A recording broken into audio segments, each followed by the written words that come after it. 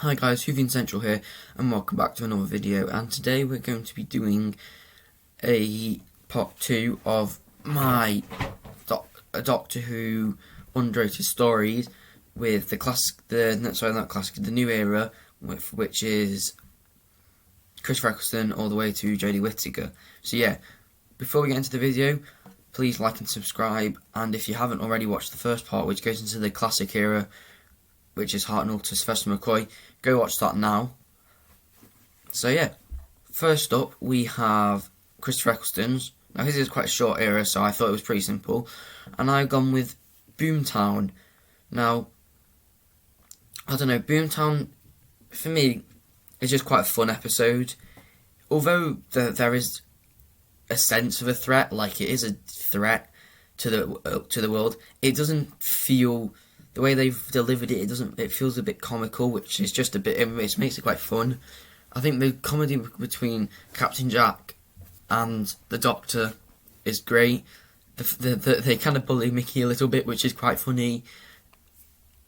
So yeah, it also is quite a good one because it's the story which I think is probably the basis of Torchwood, because the rift opening imbued that stone, the rising stone in Torchwood. I've not really watched Torchwood, so I don't know what it is in, but yeah, and stuff. So yeah, it's also just quite a fun story, and I think it slips under the radar because you got the Empty Child Doctor's Dances, then you got this, and then you have Bad Wolf Parting of the Ways. Two great two-parters, so this one just kind of slips under the radar a bit, but I think it's a good story. It works well, and I think Captain Jack, John Barrowman's Captain Jack, is great in this, and he's really funny in this. And honestly, I've always wished that he was in it more with Chris Eccleston. I have a feeling that if Chris Eccleston would have stayed on the show, John Barrowman would have stayed after Parting of the Ways, even though it probably wouldn't have been called Parting of the Ways anymore. But yeah. Now on to the 10th Doctor. Now the 10th Doctor had two big competitors, and it was Planet of the Ood and Gridlock. And I eventually went for Gridlock. Now a lot of people don't really like Gridlock because a lot of people just say, oh, it's a bit filler, and it's only really there to serve the purpose of the fact that the Face of Bow will meet the Doctor one more time, and the You Are Not Alone thing. And I think, yeah, it does feel like that a little bit. However, there's really good scenes in it. I love when the Doctor jumps through all the cars, and I love when he finally sits down with Martha and talks to Martha about Gallifrey and how it was really nice, and he just wishes it was there. And I like that scene because, first of all, it works well with the fact that with the whole Master returns, and how he talks about Gallifrey with Captain Jack Harkness and Martha. Sam Drums and Last of the Time Lords, but it also works because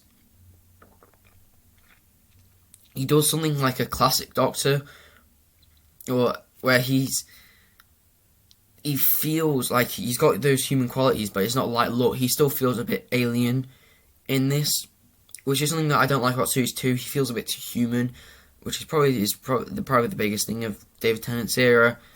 But see, and season 4, he's a lot better. But yeah, this one I think is a good story. It's slightly underrated. I think in the story, though, as a story, there's not really a main villain. It's more kind of just like something's gone wrong and he saves the day fault, rather than there's a villain, because the Macro are there, but they feel severely underused, especially since the animation for the Macro Terror came out. They feel severely underused and don't really need to be there. And if you took them out, it would change it up a little bit, but I mean not too much. They're not really a threat, so yeah. Now for Matt Smith's, and we're jumping quite far in Matt Smith's era. We're going to go to the end of his era, as I am one of the people who I like Series 7B. I think it has some decently good stories in it. So I've gone with The Bells of St. John. So since at the time of recording this, I watched The Bells of St. John like yesterday, and it's really good. It's same with Boomtown in a sense. It's not too serious of a story. It's quite fun and it's quite different. And I don't know, I just always thought it was quite a nice story just to watch. And it's not too serious. It's like it's the same with the Boomtown a little bit, where the threat is definitely there, but the way they deliver the threat doesn't make it feel as threatening, if you know what I mean. I feel like they do underuse the great intelligence here. It feels like he's only in this story to to show you, oh yeah, he did survive the snowman and he's going to come back, which he does in the name of the Doctor. That's the only reason I feel like he needs to be in the story, but he's not. It's a bit, so it's kind of like a mix of Gridlock and Boomtown. The deliverance of the story is a bit comical like Boomtown, but the actual villain doesn't really need to be there, similar to Gridlock so it's a merge of the two. But I don't know, I find it's a fun story to watch, a bit of a guilty pleasure, but yeah, I do like Matt Smith's incarnation but Matt Smith's Doctor, and I like him in Series 7B. I think he becomes more of a young, old man stuck in a young child's body, which is kind of what the Doctor's meant to be at this point. Whether Troughton, it's like he's similar to Troughton's Doctor, but the Troughton's Doctor works because he's a young man for a Time Lord's young man body. But the 11th Doctor is an old man in a young man's body, and it does work. And I think I'm not saying the Ponds are bad, but I enjoy him after the Ponds because he doesn't really seem to. I don't know. He doesn't really seem to be as. He just seems a lot more upset, and it works well because of the Day of the Doctor and everything. And I think if he was still, we had Series 5 Matt Smith in the Day of the Doctor, it would not have been as good.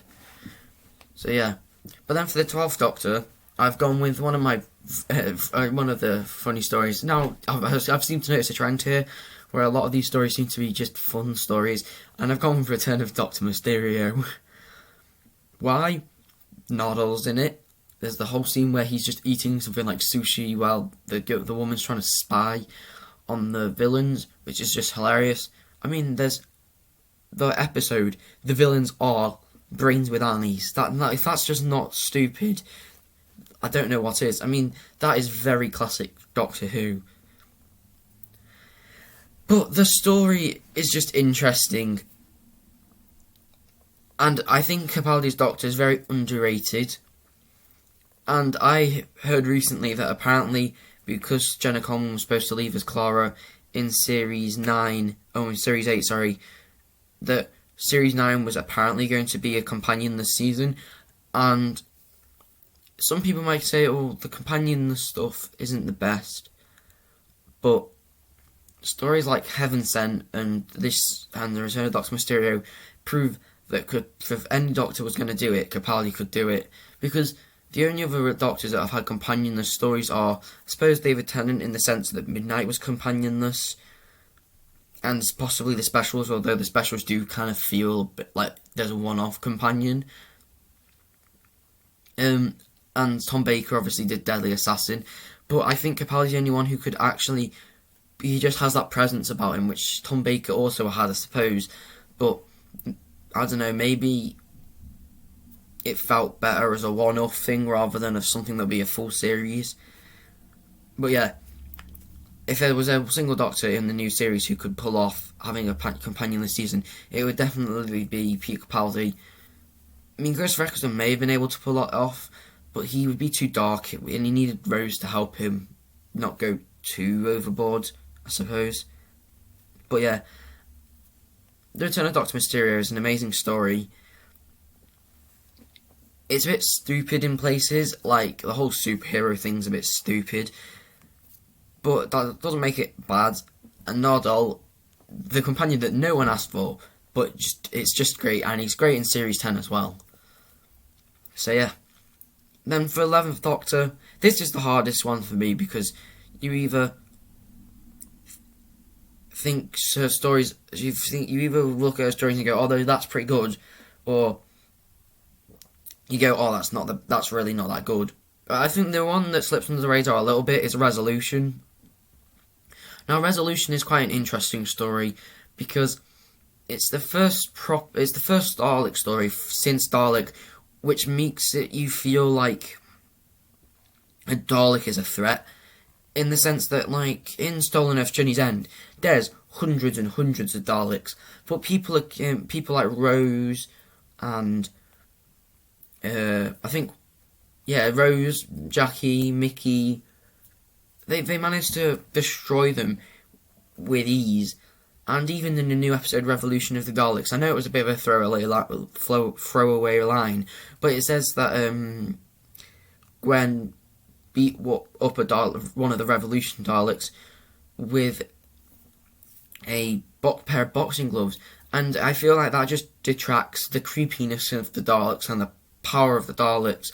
It's just that some companions, and I mean, I'm sure they could handle themselves, but it's just the fact that some companions are easily taking out Daleks, which is why I like this one, and I also really like Dalek, because in both of those stories, this one Dalek is killing all these people, and I love the fact that in the scout or recon Daleks thing, it gets attacked by thousands of people, and people have to come, and the armies have to come together to defeat this one threat, and it's just amazing.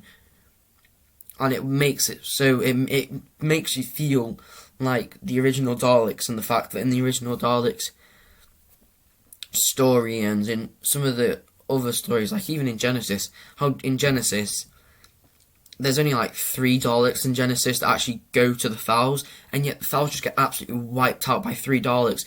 Yet Rose manages to would be able to take those out.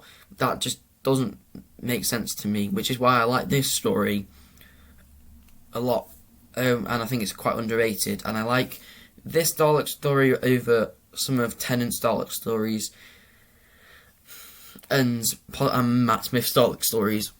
So yeah, that's been my new series stuff. If you like the video, please like and subscribe, and as I said, go watch the classic one. But yeah, thanks for watching.